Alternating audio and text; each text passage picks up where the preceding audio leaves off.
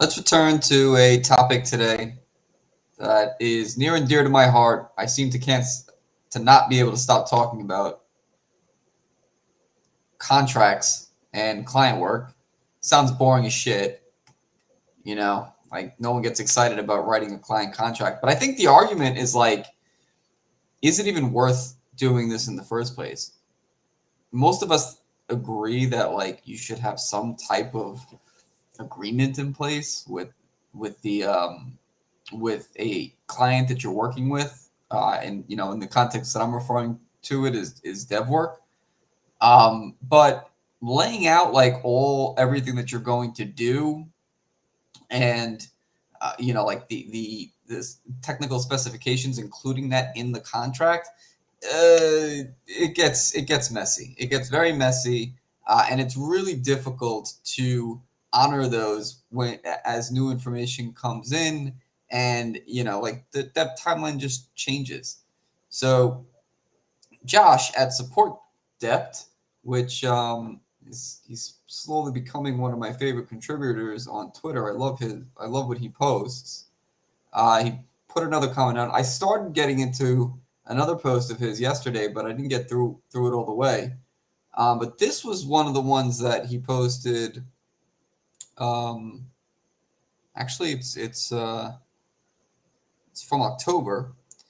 Freelancers and small agencies. What's your position on contracts?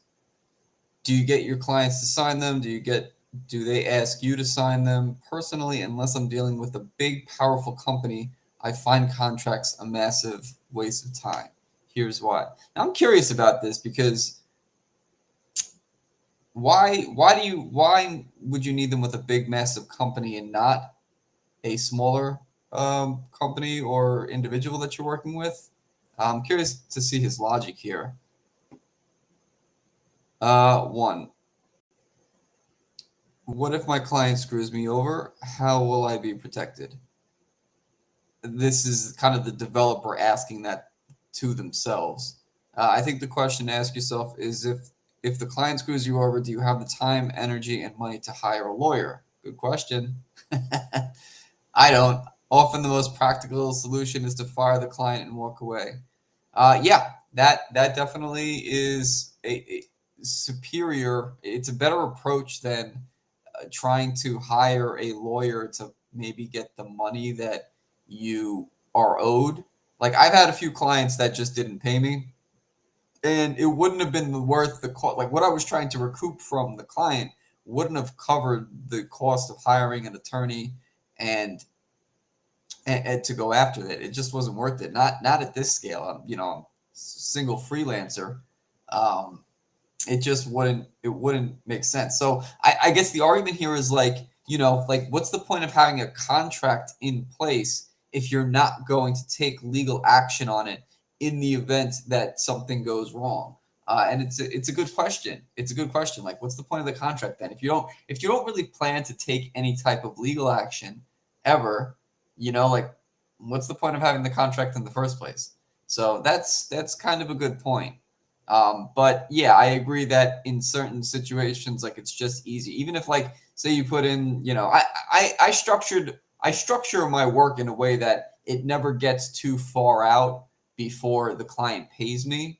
And I think that if you're, like that's part of being a working for yourself. You have to have a receivables kind of thing set up where it's like you're not doing so much work before you get paid for what you're doing. It shouldn't be you haven't gotten paid in 3 months.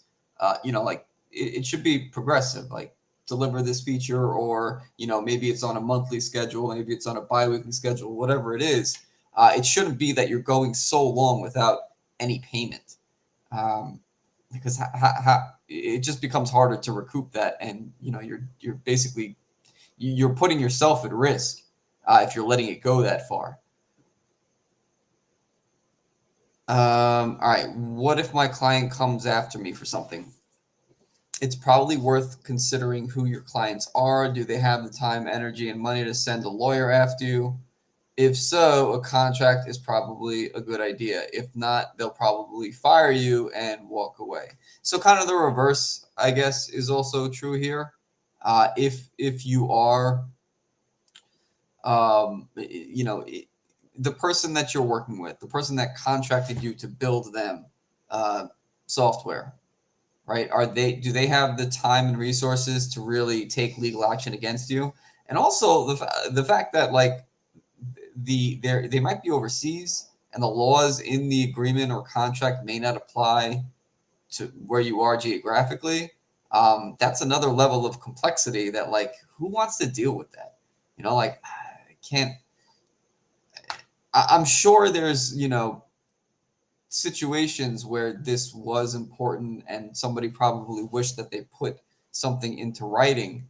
But it's just so hard to account for all of those possible situations where you would want to like you would want to have some kind of legal clause in there. And who wants to read, like, it's such a barrier to get started when you have a 13-page master service agreement that the client needs to read and agree to before you start working.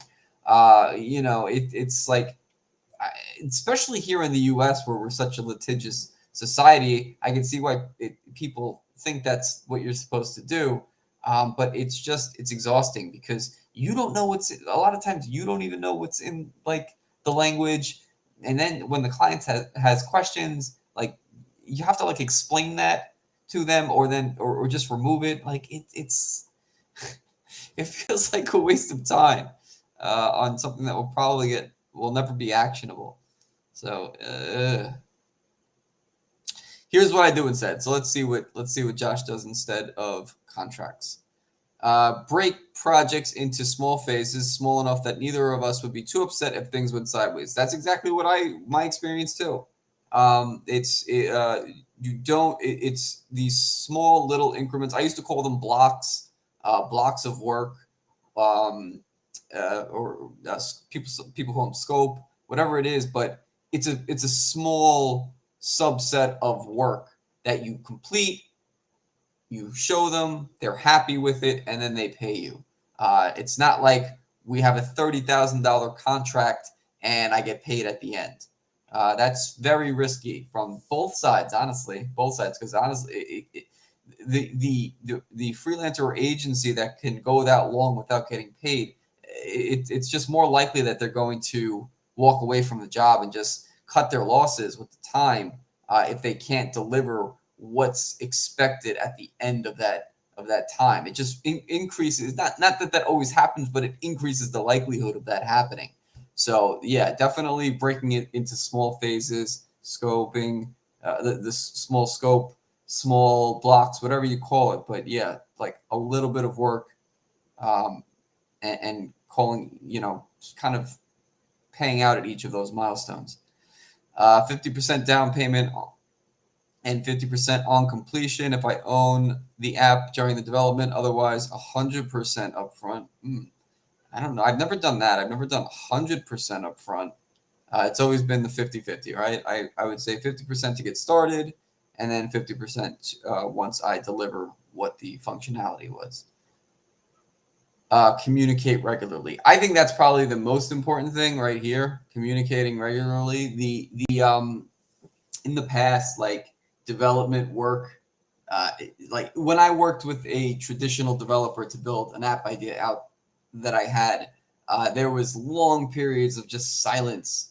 I would email them and just not get a response. The communication was so poor that like a month would go by and I would have no idea where they were and what they were working on, if they had questions for me or anything like that. There was just no communication. So I think that's the biggest. I'm kind of the extreme opposite of that when I work with clients. I'm over communicating. I'm probably communicating a little bit too much as to what some of the technical challenges are. I want them to be in the loop of what's happening, what my focus is on, because maybe what I'm focusing on isn't really a priority. What I assume is important may not be what I really should be. So they may tell me like, hey, I know you're working on this, but I think it's from the business perspective of what we're building together, it's more important that you're focusing in this area. So I think over communicating from both ends is really it saves a lot of time. It saves a lot of development time. It seems like it will take longer to do, but it saves you that development work that you assume is important but may not be. That's been my experience. I've never been in a situation where I was like, oh man, I got too much information from the client. They're giving me too much info. It's always the other way. And I've never got a complaint from how much I communicated what I was working on from the client end. So I have to think that over communicating what you're doing is always a good thing. It's always a good thing. So that seems like the end of this thread. And let's see what they're saying here in the comments. Contracts I avoid, but sign if long-term client I get along with what needs it due to some formal procedure. Okay. I do too. So I'm still in the habit of doing signing contracts, but I've been looking for a different way to do this myself. I don't think the contract is really necessary, especially for some of these smaller engagements that I do. Like coaching sessions, for example. I don't do contracts for coaching sessions, like for bubble coaching sessions. They're just kind of like, if I will do the coaching session and send them an invoice, and I've never been stiffed, I guess. So that just works, but that's very small. It's $100 for a coaching session. If I do a bundle, like a 10 session bundle, that'd be $750, and they pay that up front. I think it all comes down to clear agreements on deliverables, milestones, and risks. The cost of enforcing a contract legally is a non-starter for both parties at sub 100,000. I think it comes down to clear agreement on deliverables. See, this is where I kind of disagree, because I don't think the deliverables necessarily should be in the contract, because those deliverables are going to change a lot as you learn more about what you're building and the users, and you start taking user feedback into consideration. I don't think you can really put realistic deliverables into the original contract right when you're at the start.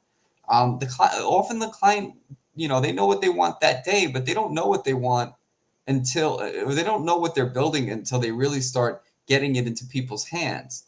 And that is that's a process. That's going to be something that changes over time with as more information comes in. So I just don't feel like putting deliverables into a legal agreement is the answer. I really don't. And this part I'm struggling to understand. The cost of enforcing a contract is legally is a non-starter. I'm not sure what a non-starter is for both parties at sub 100K. So below 100K, enforcing a contract legally is a non-starter. I'm not so sure what that means. What is a non-starter? What is a non-starter? A person or animal that fails to take part in a race, of a person, plant, or idea that has no chance of succeeding or being effective. Okay, so it's going to be a non-starter. It's going to be ineffective for parties at below 100K. Okay, so I think what Paul's saying here is above 100K, it's worth having a contract in place. I think that's how I'm interpreting this. Sometimes, so Josh's response to that was sometimes even greater. I had to walk away from 250K of funding once, even with a clear contract in place, as it was just going to be drawn out, expensive process to go the legal route. I want to learn more about this. Yeah, I guess it's part of life. The lesson is that you can't do good business with bad people. I only work with people that I like and I think are fundamentally decent. I have to have that in place too. I really need to trust the person that I'm working with. So I don't even if the price is good, like 250K is a big contract. But what are they expecting for that? How much of your time? What are they expecting that you deliver in that time? It's a nice number, but who am I working with? That would be I'd be more concerned with who I'm working with than just the big number on the contract.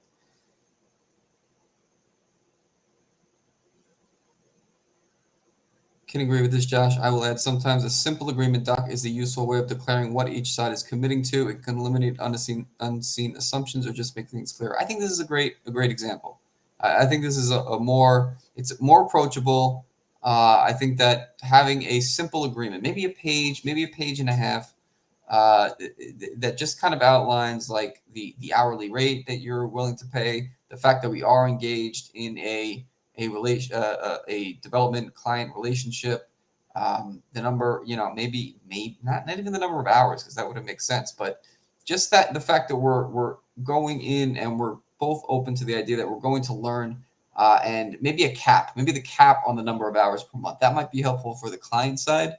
Say like we're anything above 20 billable hours is going to be like I'll give you a heads up on that, something like that. So at least the client knows what their max bill is going to be per month. Because from the client side, the worst thing is that they're going to get a bill that's just like ridiculous. It's like, oh well, you didn't tell me not to do this many hours. Speaking from the developer side, but from the client side, it's like nobody wants a bill that they can't predict every month, right? That was the scariest thing for me working with developers. It's like and that's also why the I think the first time clients or founders are they want a timeline and a budget, and they want that to be very clear about what that is, not take into consideration all of the unknowns that go into app development, software development. They just want to know, like, okay, approximately how much is this whole thing going to cost, because I have a budget here. And I think that's fair. I think that's why they do ask for it. But if you approach it again, if you just kind of approach it from a smaller perspective, we don't have to deliver all of this functionality right at the beginning. And this is where I think pushing back on scope helps. We don't have to put all of this functionality right in the beginning. We can just focus on this one little tiny part of your app that is going to be useful in demonstrating what your software is doing, and then you can put that in front of people, and we can go from there. We can learn. We can let what we learned from the users guide what features we're going to build, how that's going to affect your budget. I just think that's a much better iterative, slow way to approach these kinds of agreements.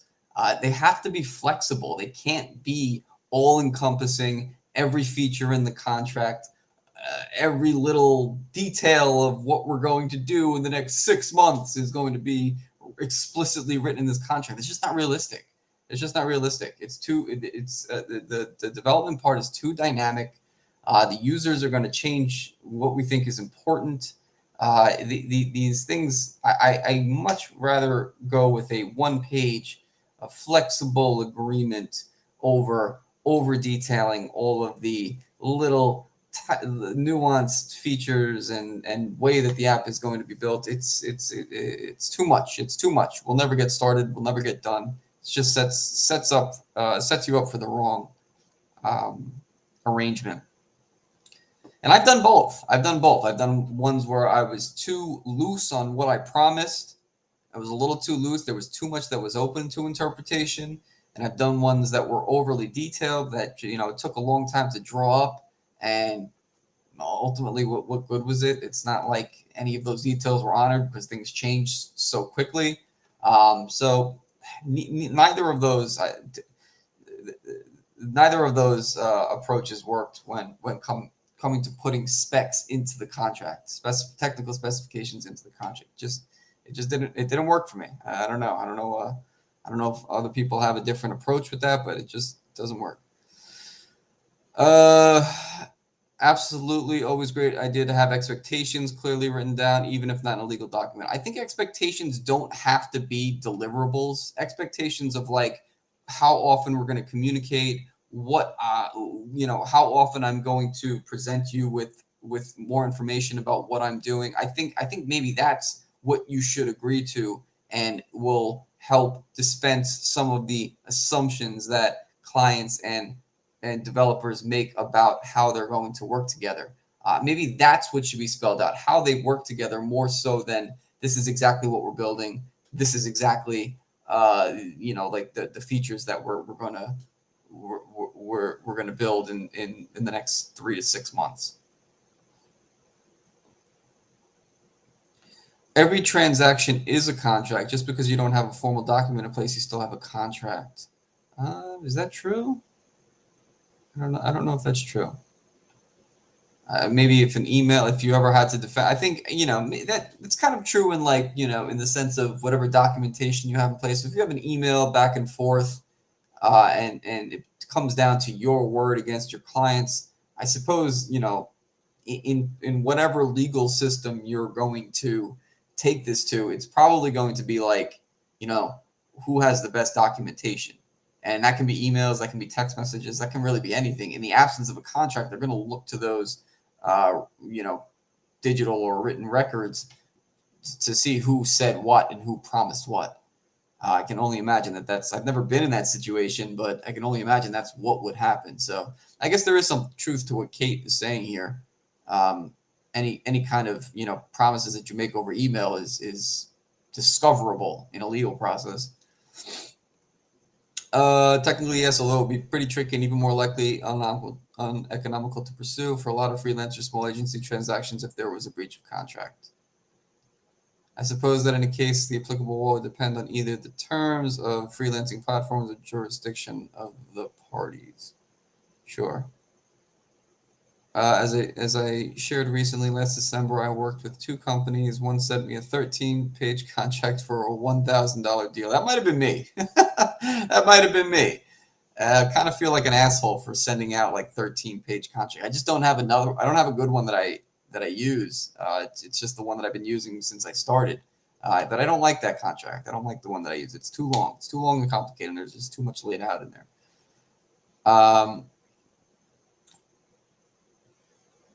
One sent me another solo founder just sent me $1,000 the same day. Yeah, you get opposite two extremes. All right. Prefer to be in charge, even though drafting is an extra headache. I've seen some good 1 to 2 pages. Nice to have at least something. Best to keep forms simple to reduce negotiation, in my opinion. Yeah, I like that. I like that. Main thing I'm wary of is non-compete or exclusivity clauses. Multiple clients is key for me. Yeah, you can't have especially if you're a freelancer, if you've got non-compete clauses, you got to watch out for that. Do what I call agreements. They're short, one page, always clear, normal language. They are merely meant to reflect the spoken agreement client and I make before a deal. These help clarify and ensure everyone is on the same page and the required sign accountability. Yeah, I mean, I would love an example of this. I don't know. I've never seen a good one. Actually, that's not true. I have seen someone from the EU sent me one from him. Maybe I can use that. But yeah, I don't know what these 1-page agreements, like what they should specify. But yeah, I suppose I need an example of it. I like it just because there's no contract written by law doesn't mean that it's not worth clearly stating expectations from both sides in plain language. Yep. Yeah, for sure. I find them super valuable still. And of course, I automate all the creation of agreements as PDFs directly in Coda. So very Coda guy. So very small fit lifts, but clear value. Okay. Yeah, I think agreement seems to be the consensus in this string. Agreement over a lengthy contract, right? 1 to 2 page agreement, which I think I'm going to move to that too. I haven't done any contracts in a while, so I haven't had to really update that. But I think on the next one, if I do have a new prospect on the horizon, then I'll probably choose the 1 to 2 page agreement over a lengthy 13-page contract that I will never legally enforce. All right, so I think that's from the kind of contract agreement route, but let's continue this conversation that I started yesterday around minimizing the scope a little bit. If you have thoughts or questions, throw it into the chat. I'm looking at that. New clients feel quite confronted. This is from the same dude, Josh at Support Depth. And he's got a blue check mark. I've never had somebody with a blue check mark that follows me. So that's cool. I don't know. I know everyone's mad at Elon now for charging for this. can anybody just buy a blue check mark? Or I feel like you have to have some type of publicity. Last time I checked, you have to have like be in the public eye or something like that.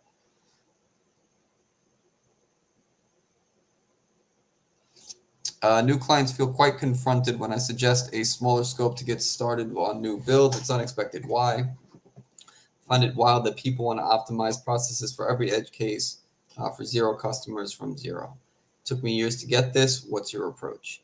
Yeah, I have quite a few conversations like this with new people that are just starting out to build their idea. They really want a large, and they may just be doing this for themselves too. Even if they're contracting somebody to do it for them, they want to work with a freelancer.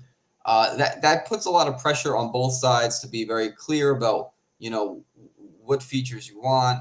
Again, like starting too big, it kind of sets you up for failure. But even if you're just doing it yourself, even if you're building something yourself and your scope is too big, you're going to burn yourself out, guaranteed. Especially if you're just starting to learn the platforms, learn a platform like Bubble. Like if you're building for the first time on Bubble, you've never built software before, you've never, and you're learning Bubble too. Like there's a lot of milestones that you're going to need to reach, and having a large scope or too many features in the beginning is just going to make you feel like you're not making any progress. I actually saw this a lot in the boot camps when I was doing the Bubble boot camps. People would come in with these very, very high expectations for what they were going to build in an 8-week period, and when it didn't pan out, when they didn't see the progress that they were expecting, they'd get frustrated and kind of discouraged from continuing. So I think it's important to set the right expectations from the beginning. That's what I used to tell people when they first joined the bootcamp on day one. It's like, pick one feature. First, identify the problem that you're solving for people. Most of the people that came in did have an app idea that they wanted to build out. But identify what problem you're solving, who you're solving it for, and then pick the smallest feature. And take these 8 weeks to familiarize yourself with Bubble fundamentals and build that feature. Because it is also, I'm excited to talk to Jacob. I'm going to have Jacob, I can't say his last name, I just because I can't pronounce it. Jakuzowicz? That's wrong. Sorry, Jacob. But I'm excited to talk to him on what he thinks the best approach to learning something like Bubble is, because I think you have to have a reason to learn things. Going through like a tutorial, like step by step, I think that gives you good exposure to the different fundamentals of a very dynamic platform like Bubble. But it's boring. It's boring to go through that. It's boring to go through, okay, we're going to take a look at parent-child relationships. We're going to take a look at custom states now, because it's hard to conceptualize why that's important in the beginning. It's much more motivating and captures people's attention when they understand, okay, we're going to learn about custom states today, and this is how I'm going to use it in my own use case, right? I need custom states. I need to hit a development wall where I am, there's some fundamental that I don't know about, and now I know why it's important. That's much more powerful in terms of memory, in terms of just grasping the concept at a very deep level, and the motivation to go very deep, not just get a surface level understanding of it, but go very deep, like a back-end workflow, for example. To continue that, I feel like that's the best way to learn. Another great way to learn is just to help other people with their problems. That's something that I encourage. We were talking last night about what's the one approach to finding new clients if you don't have if you're looking to freelance but you don't have any clients, is to take a look at the forum or Twitter and just see what questions people are posting and try to help them work through their problem. It solves a few problems. Obviously it's high effort. You have to be willing to put that time in, but you never know what those engagements turn into. I've had a lot of situations where I just help somebody work through their Bubble problem, And then that came back to me months later with, oh, hey, I have a project idea that I'm working on. Do you know anybody that's freelancing? Sure, why not? Because especially like people really, appreciate that when you help them work through. Hopefully they do. Hopefully they appreciate it when you help them work through a technical problem that they have. Because it does feel like you're never going to get over it sometimes. I'm working in Xano right now, and I feel like I'm back at step one, just relearning all of these new concepts, and it's frustrating. It feels like it feels like you're not making the progress that you want to be making. And it's appreciated when someone just comes along and says, oh, hey, you just do this. It saves you like 2 hours worth of your time. So yeah, I mean, if you're looking for clients, I think that's one approach. It's one approach, is just to start help people on the forum when they're posting questions, or Twitter, just help them work through their problems. You don't know what that's going to turn into. Um, Definitely not a short-term game though. That's a long-term kind of payoff.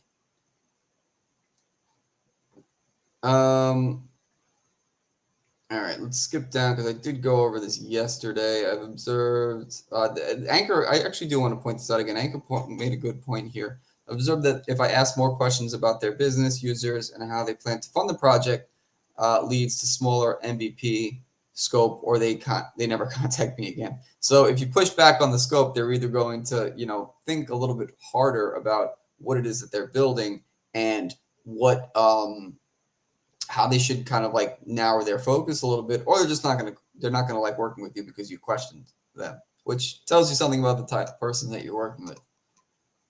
I feel like a big MVP scope comes down from not understanding the time, money it takes to build and what you get in return. It's a very important point that Anchor's making here. The MVP scope is too big, it's not really an MVP. They're building for their vision 5 to 10 years into the future, right? It's not step one. That's step 1,000. Uh, so like it does come from not knowing how much what they're really what they're really asking for. Again, if they haven't done this before, they don't know what to expect. They don't know what to how to ask, or what's going to be the a fair exchange for the budget that they have, what the time commitment is going to be on both sides. They just don't know what to expect. That's a lot of working with clients in the very beginning is just expectation setting. Um, and I think that's on the part of the agency and the freelancer. It's like you have to set the right expectations from the beginning.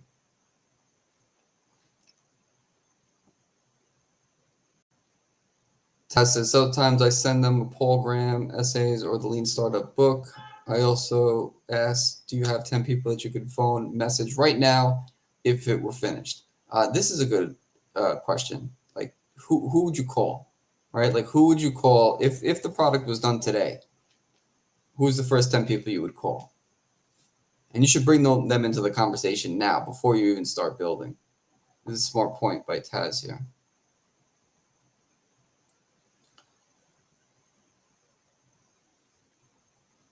Brian's saying, ask open-ended questions. What's the business case? How will we know when we've succeeded? I don't know, because the clients have wild ideas about what success looks like. What is the one thing we could accomplish right away that would let you know we're on the right track? This way of thinking is only common to those of us who have built and failed. Yeah, exactly. Well, that's the point, right? Like if you're dealing with somebody that hasn't done this before, they don't understand this yet. They don't understand why asking these questions are important. So they're just gonna think like, oh yeah, I give you my specs, you build me an app, and I pay you, and that's the end of it. Right? It doesn't work that way. But it's hard to make somebody who hasn't gone through that process of like failing and just like not getting any attention to what they're building. It kind of takes going through that to really start asking the right questions.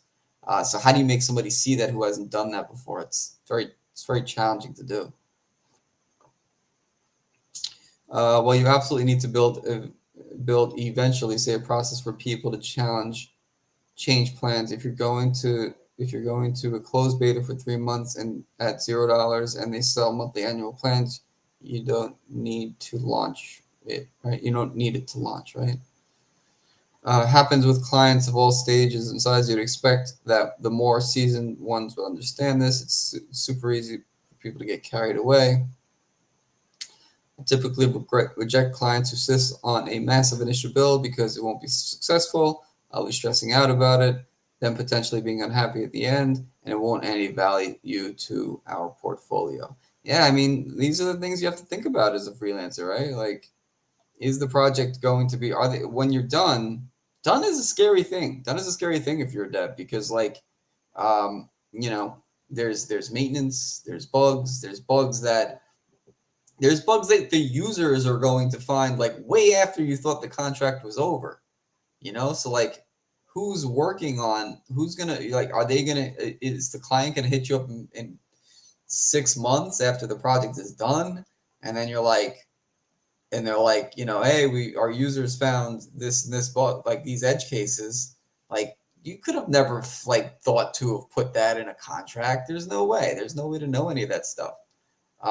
So like, how are you going to, you know, predict? But the point is like the end of the, like knowing how to that they're going to now maintain the app, or maybe you're giving them to another developer that's going to be their point of contact now. But having someone who's completely non-technical that they just cannot, they're not going to be able to do anything with it after you're not there, that puts pressure on both sides to like, you got to like that has to be talked about up front. There's got to be some way to do that because you never go into the arrangement thinking like, oh well, what's going to happen when this ends. You're normally not thinking that. You're normally thinking about how to get started and what's the quickest way that we can get this done.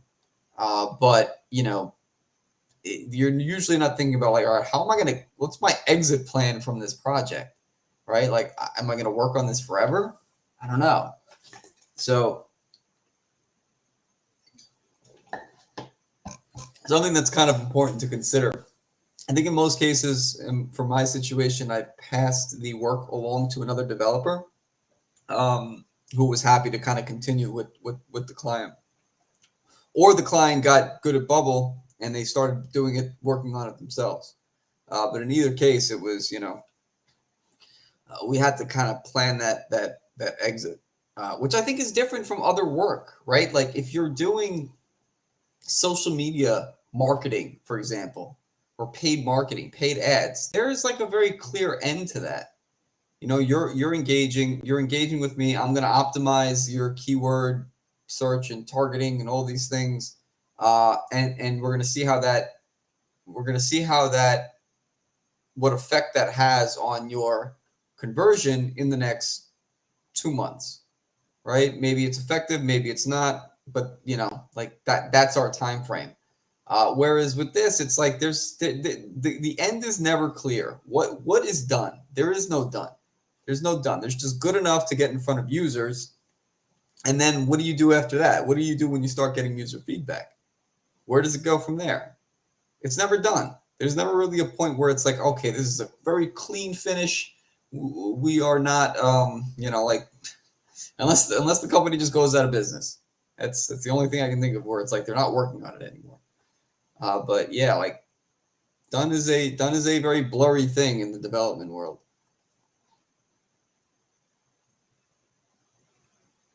It's great to be disciplined. You're right. It always leads to a lose-lose otherwise. Yeah, all those things are true. Setting boundaries and sticking to them is something that people doing in service don't talk about much. Yeah, it's a pretty adult thing. Setting some boundaries with the client, yeah, that's definitely true. It can be tough to say no when your business is delivering a service. It's something that I've taken a long time to get somewhat comfortable doing, and I still fall off the wagon from time to time. You're kind of expected to say yes and get on with it as a service provider. I don't know if I agree necessarily with that. I think pushing back and setting boundaries actually establishes trust and respect. I don't think that it's. I think if you say yes to everything, it actually makes both of your lives worse because if the client's asking for something that doesn't make sense, and there's a technical reason why it doesn't make sense, or there's a business reason that maybe they didn't consider, then I think it's okay to push back on that. I don't think being outwardly defiant and just like no, I'm not doing that. Like that's not going to help you. You have to provide good customer service, but I don't think there's anything wrong with pushing back on something that the client is asking for. Um, but most of us tend to try and be nice and do the nice thing and say, yeah, I can do that. Sure, client, I can do that. And that gets you into bad situations. I've been that person. It's never worked out. I've always had better situations where if I really felt like I don't think this is the best route, let's think about this. Let's think objectively about what we're doing and what we're working on. That was a more dynamic, fluid conversation that evolved into better work.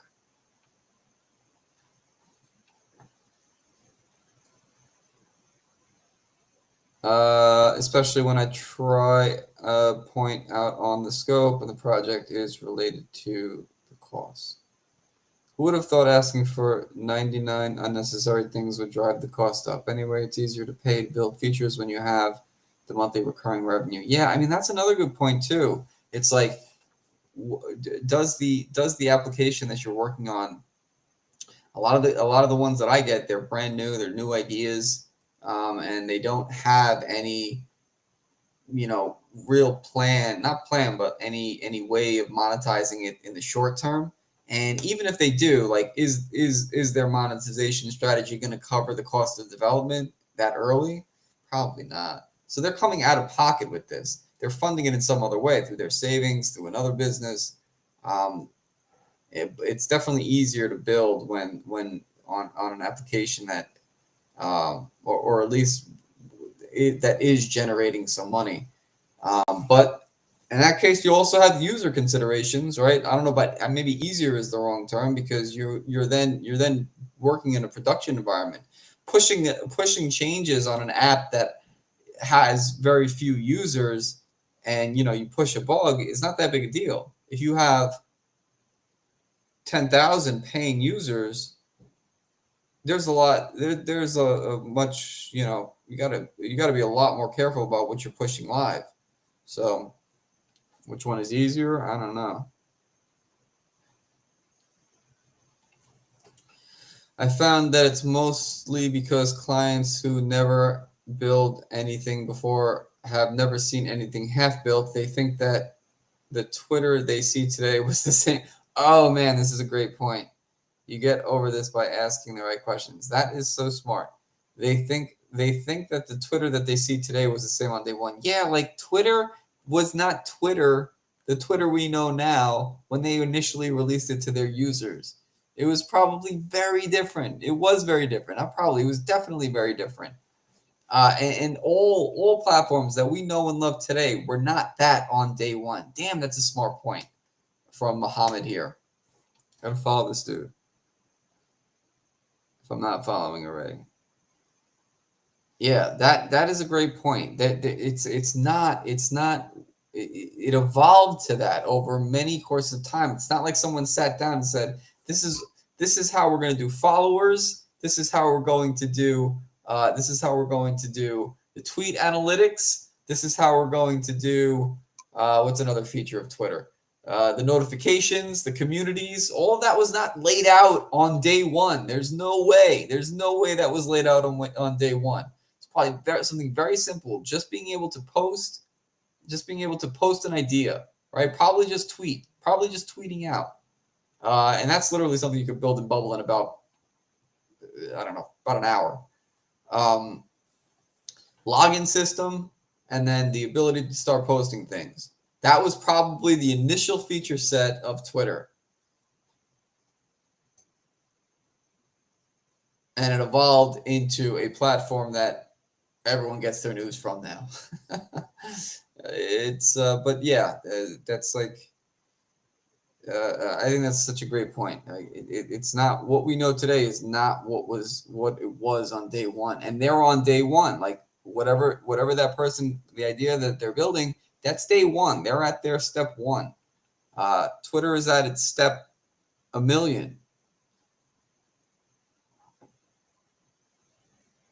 The same as yours, persuading people to spend less money with me to build V 1.0 to prove their product first. Yeah. And I hear a lot of people asking the question of like, well, why would you say no? Why would you say to a no to a client that's asking for more features? Because they're going to pay you more money. In theory, they're going to pay you more money to build that, right? Maybe. But again, if they're thinking too far into the future and they haven't solved a core problem yet with what they're building, they're just going to be disappointed with the outcome, and they're going to overbuild.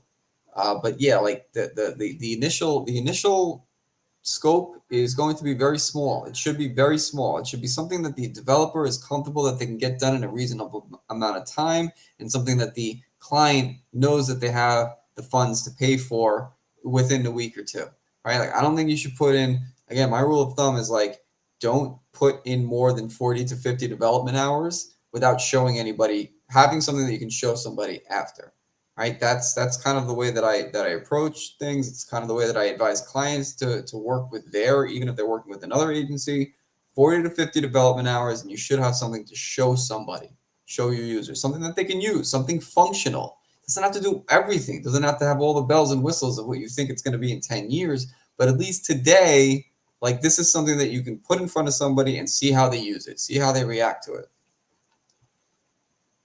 Microsoft Clarity. That's another thing I'm going to put out there. That plugin, that bubble plugin for Microsoft Clarity, literally like tracks what people are doing inside your app. You can see what people are clicking on. You can see what they're scrolling. You can see what dead clicks. It's crazy. There's so much information that you can get out of that. Do you find it as challenging as me or do you find people quite receptive? I actually find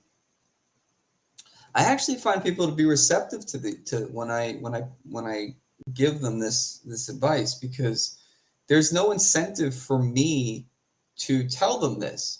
There's no monetary incentive for me to tell them not to build too much. It's what do I get out of that? I get nothing out of that. It's just like the kind of like in my nature to like not like don't make the same mistakes that I've made in the past. But I think that also goes the way of like establishing trust. So I don't find that people really are like they just don't know. They don't know before we start this conversation that we should narrow down the scope. No one's told them that before in most cases, right? Like I do see them going back. What I do see happening is even after we've had that conversation a few times, they'll still kind of revert back to their original thinking of like, oh, we got to build this, this, and this. Push notifications are an essential feature of the app. We got to have that. We got to have the payment system. And then I have to like kind of rehash that same conversation again. It's like, well, before we put a payment system in place, do you know how much you're going to bill for this? Are you going to be on a subscription basis? How many times do you want the credit card to be charged before it's declined? Are you sure? Why do you think a subscription basis will work better than a one-time payment each year, charging monthly? Like, all of those things are very technically, like it's a lot of technical work. And if they haven't really thought about how they're going to charge their users or what their users are willing to pay for, all that's going to change. That's all going to change. So why are we specking that out from day one? And once we start, like that, those are the types of questions where it's like, oh yeah, okay, we still have a little user research to do. We still have a little bit of work to do before we start building, right? Like those are the questions that kind of revert that. But I don't get particular. I don't particularly find pushback. Maybe that's just because I sound like I know what I'm talking about. Maybe it's a confidence thing that I'm like that. I just speak that way in those types of meetings. I don't know, but I don't tend to get too much pushback on that. Do people do ghosts though? Sometimes, like people will just not get back to me, which I guess that's kind of a sign that like all right, I didn't say what they wanted to say, but that's okay. Like that's okay in my book. That's all right. This person wasn't, if they're not receptive to that, they're not going to be open to the idea that we're learning about someone's problem here. It's probably not somebody that I want to work with. So I'm completely okay with that. At least meet me halfway. At least meet me halfway on this what you're asking for. I like the bike sedan F1 race. By the way, throw any comments or thoughts in the chat here. I'd like to get some feedback on what your experiences are. I like the bike sedan F1 racer gets them drawing conclusions. I like the bike sedan F1 racer approach. What is that? I know, Carlos. What is the bike sedan F1 racer approach? It doesn't seem like that's a thing that I can Google anyway. But I mean, if I was to imagine what that is or just think logically about it, it would be like, the bike is the bike is what we're going to build today, the simplest version of what you're talking about. The sedan is the more complex with maybe 4 or 5 features, and the F1 racer is going to be the 5 to 10 year or 5 to 7 years down the line vision of which direction you're going in. But today we're building the bike. It's very common to want to put your best foot forward with V1 of a new project. Otherwise, it's like wearing PJs to a new Tinder date and hoping for the best. 94 to, ooh, that's cool. She's got her 94 to 100 subscriber to launch. What does that mean? I want to check this out. Adventure awaits Hazel and 94 to 100 subscribers to launch. I suppose that she is building something and she's got 94 subscribers and she's going to launch when she gets to 100. PwC. PwC is PricewaterhouseCoopers. I wonder what this means. It's pretty cool to put that in your Twitter title, though.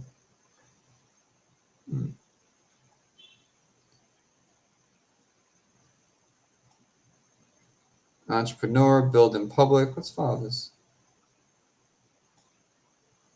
person.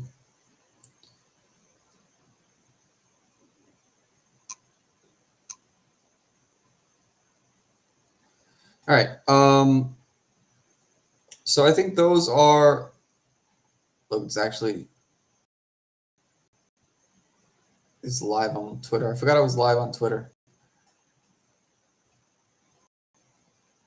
So those are my on contracts and pushing back on scope. I think that about covers it. I want to actually I just got access to a new platform called Brevity, a new no-code platform. I'm kind of on the wait list. I'm in, but I'm on the wait list at the same time.